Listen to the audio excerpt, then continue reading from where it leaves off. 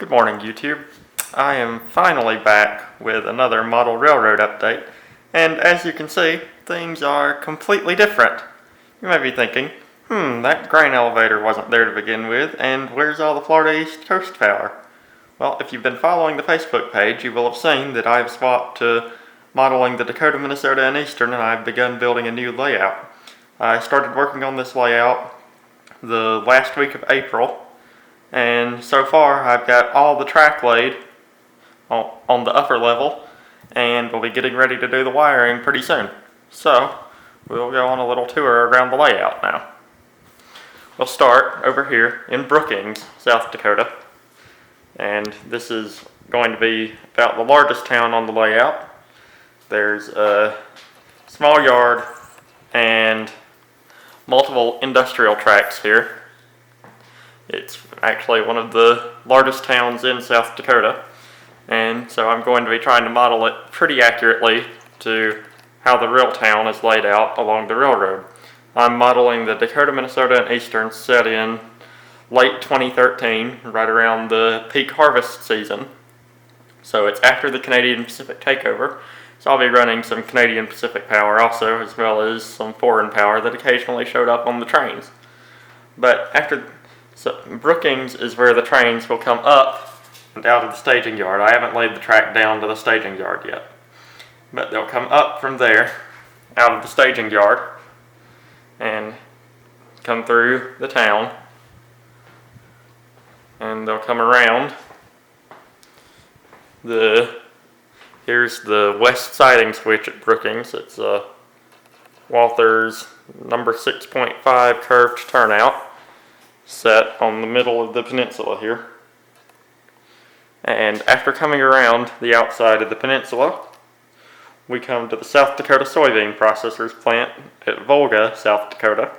This is the largest industry on the layout. It's got 3 tracks and it'll have multiple buildings. I've got some storage silos on order. The building over the tracks right now is the unloading building, and there will be some silos behind that are connected to it with a conveyor belt. Then a conveyor belt connects the silos to the main processing building.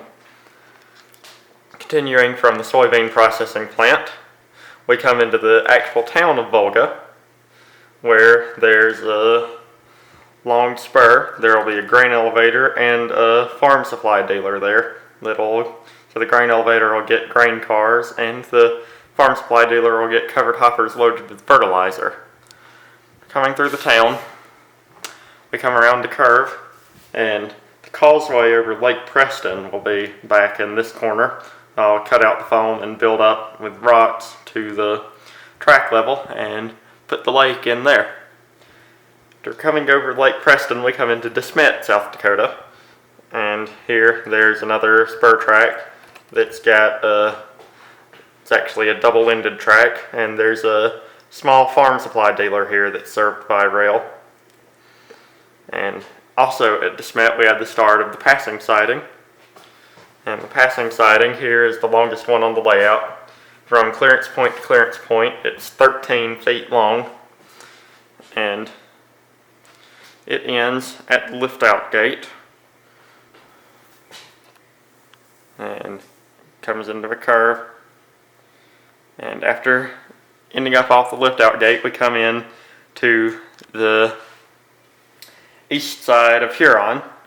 And the first thing we get to is a small lumber company, a lumber dealer, and they'll get bulkhead flat cars loaded with lumber. We cross the James River, and we actually come into Huron itself, come around the curve, and we get to the yard at Huron, which isn't completely laid yet. I don't have the cork or the track to do it, but there will be 4 yard tracks as well as the main line. And then coming down this way, we'll have the locomotive shops. Continuing from here on, we follow the yard down.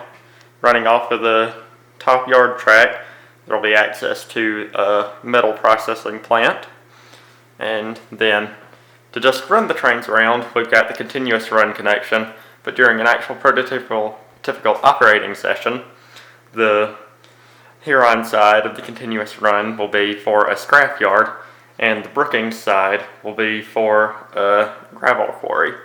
So that's the entire main line of the Huron sub, and I figured out how long it was when I was laying down the cork. I've got 87 feet of main line, so that's almost a mile and a half. And even for the shortest siding on the layout, which is Brookings, I could fit a 14-car train in there with 2 locomotives, and a 14-car train looks pretty long. I think it looks good. They're mostly grain cars, or some sort of covered hauler, whether it's grain, soybeans, or fertilizer.